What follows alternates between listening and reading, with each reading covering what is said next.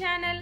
ఈరోజు వచ్చేసి cast iron cookware set ఐటమ్స్ని సీజనింగ్ ఎలా చేసుకోవాలో ఈ వీడియోలో క్లియర్గా ఈజీగా స్టెప్ బై స్టెప్ అయితే నేను చూపిస్తాను. నిన్న ఆల్రెడీ నేను అన్బాక్సింగ్ అండ్ రివ్యూ అయితే చేశాను ద ఇండస్ వ్యాలీ వాళ్ళ కాస్ట్ ఐరన్వి. ఆ 4 ఐటమ్స్ను నేను ఇప్పుడు సీజనింగ్ చేసి కుకింగ్ ఎలా చేయాలనేది కూడా క్లియర్గా చెప్తాను. సో ఈ వీడియో ఎలాంటి ప్రమోషన్ కాదు, నేను తీసుకున్న ఐటమ్స్కి నేను సీజనింగ్ చేసి వాడుతున్నాను. మనకు ఆల్రెడీ వాళ్ళు క్లియర్గా అయితే పాంప్లెట్లో ఇవ్వడం జరిగింది ఎలా సీజనింగ్ చేయాలి ఏంటి అనేది కూడా. సో దాని ప్రకారంగా అయితే నేను చేస్తున్నాను. ఫస్ట్ అయితే నేను ఈ కుక్వేర్స్ను ఏదైతే కడాయి, తవ్వ, ఫ్రై ప్యాన్ అలాగే తడకా ప్యాన్ కూడా వాటర్తో ఫుల్గా నింపేసేసి మనం వీటిని స్టవ్ వెలిగించుకొని స్టవ్ మీద పెట్టేసేయాలి.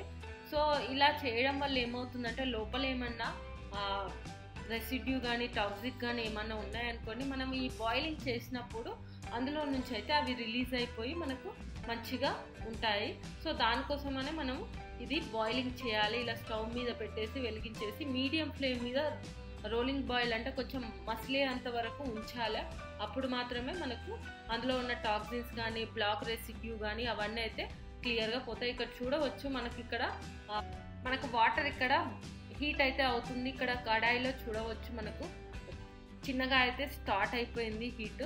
మిగతా వాటిలో అయితే కొంచెం టైం పడుతుంది. ఇక్కడ తడకా ప్యాన్లో కూడా మనకు వాటర్ అనేది బాయిల్ అయిపోయింది. ఈ మాదిరిగా మనకు బాయిల్ అయ్యేంత సేపు అయితే మనం కంపల్సరీ స్టవ్ మీద అయితే పెట్టేసేయాలి. ఇది స్టెప్ 1 అనమాట. ఫస్ట్ చేయాల్సిన పని ఇలా మనం వాటర్ తీసుకొని స్టవ్ మీద అయితే ఇలా మసిలే అంతవరకు అయితే వాటర్ పెట్టాలి. ఎక్కువగా స్టవ్ పెట్టొద్దు, ఓన్లీ మీడియం ఫ్లేమ్ మీద మాత్రమే ఇలా వాటర్ని అయితే బాయిల్ చేసేసేయాలి. ఈ బాయిల్ అయిన వాటర్ని మనము కొంచెం చల్లగా అయిన తర్వాత డిస్కార్డ్ చేసేసేయాలి. మనం డైరెక్ట్గా ఇప్పుడు బాయిల్ అయిన వెంటనే పోసామనుకోండి చాలా అంటే చాలా వేడిగా ఉంటుంది. ఎందుకంటే కాస్ట్ ఐరన్ అనేది తొందరగా హీట్ ఎక్కుతుంది అండ్ ఎక్కువసేపు హీట్ అనేది ఉంటుంది.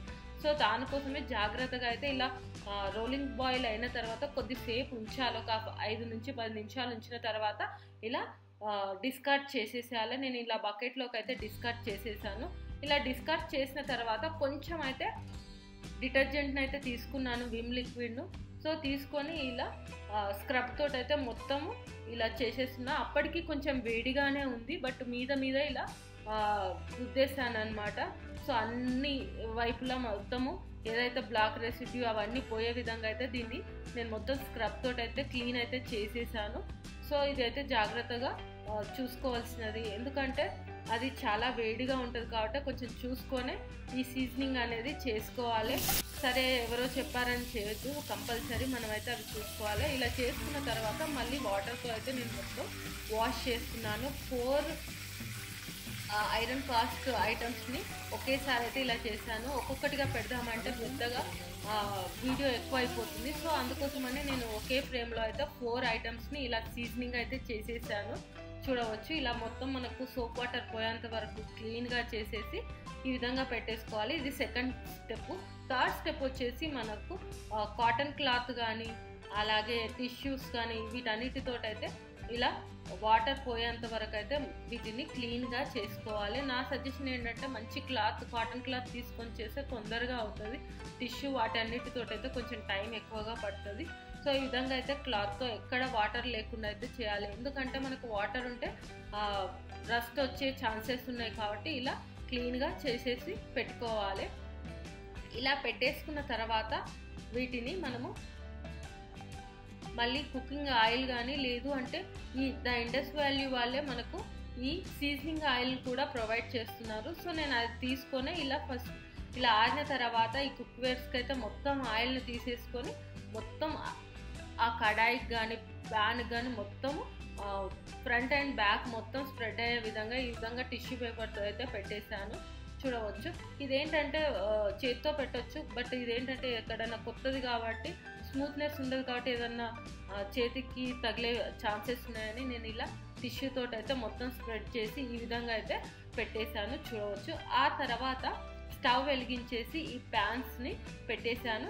ఇది కూడా మీడియం ఫ్లేమ్ మీద మాత్రమే పెట్టాలి. హై ఫ్లేమ్లో పెట్టేస్తే తొందరగా అనేది మాడిపోతుంది, సరిగా మనకు ఆ ఫ్లేమ్ అనేది రాదు అండ్ అలా పెట్టకూడదు. సో ఇలా పెట్టిన తర్వాత ఇలా మనకు కొంచెం ఇలా పొగలు వచ్చిన తర్వాత కొంచెం ఆయిల్ వేసేసి మొత్తం ఆ ఐటమ్స్ మొత్తం స్ప్రెడ్ అయ్యే విధంగా అయితే ఈ విధంగా చేయాలి. నేను చేసిన తర్వాత ఆనియన్స్ని లేదంటే వెజిటబుల్స్ని కానీ కట్ చేసేసుకొని ఇలా మీడియం ఫ్లేమ్ మీదనే మనము ఇలా ఫ్రై చేస్తూ ఉండాలి. ఎందుకంటే దీనివల్ల ఏమవుతుందంటే ఏదైతే బ్లాక్ రెసిడ్యూ కానీ ఏమైనా టాక్సిన్స్ ఉంటే సో ఈ ఇలా బాయిలింగ్ చేయడం వల్ల మనకు మొత్తం అనేది క్లీన్ అవుతుంది. సో దానికోసమే సో మనకి ఇదేంటంటే గోల్డెన్ కలర్ వచ్చేంత వరకు ఇలా ఫ్రై చేస్తూనే ఉండాలి.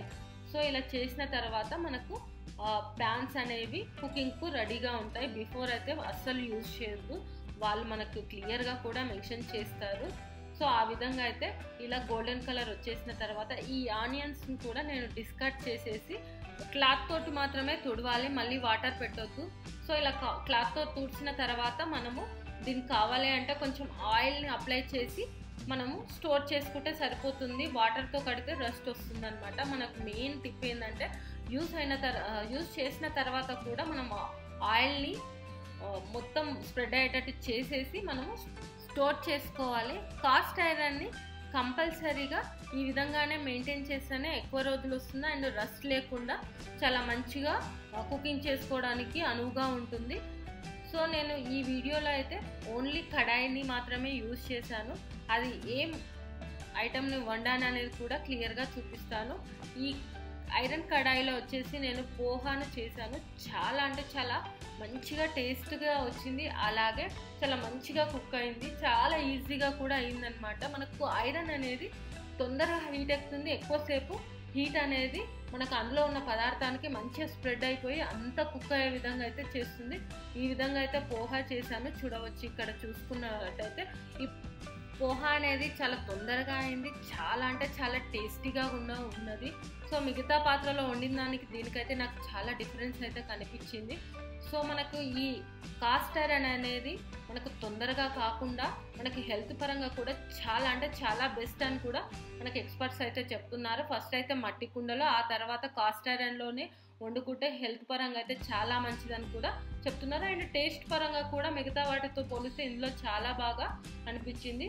ఇలా కుక్ చేసుకున్న తర్వాత వీటిని జస్ట్ కొంచెం సోపీ వాటర్ పెట్టేసి వాష్ చేసిన తర్వాత మొత్తం తుడిచేసి, లేదు అంటే స్టవ్ మీద పెట్టేసి అందులో ఉన్న వాటర్ మొత్తము ఎవాపరేట్ అయ్యేంత వరకు ఉంచేసి మళ్ళీ ఆయిల్ని అప్లై చేసేసి మాత్రమే స్టోర్ చేయాలి. ఇది కంపల్సరీగా గుర్తుపెట్టుకోండి. సో ఇది ఫ్రెండ్స్ నేను చేసినటువంటి సీజనింగ్ అండ్ కుకింగ్. ఈ వీడియో కనుక మీకు నచ్చినట్టయితే లైక్ అండ్ షేర్ చేయండి, అలాగే మా ఛానల్ని సబ్స్క్రైబ్ చేసుకోండి. ఇలాంటి మరిన్ని వీడియోస్ కోసం పక్కన ఉన్న బెల్ సింబల్ని కూడా క్లిక్ చేయండి. Thank you.